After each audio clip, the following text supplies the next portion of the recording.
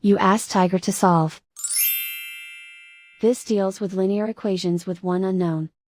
The final result is v equals 23/5. Let's solve it step by step. Swap sides. Group all constants on the right side of the equation. Add 3/5 to both sides. Group like terms. Combine the fractions. Combine the numerators. Reduce the zero numerator.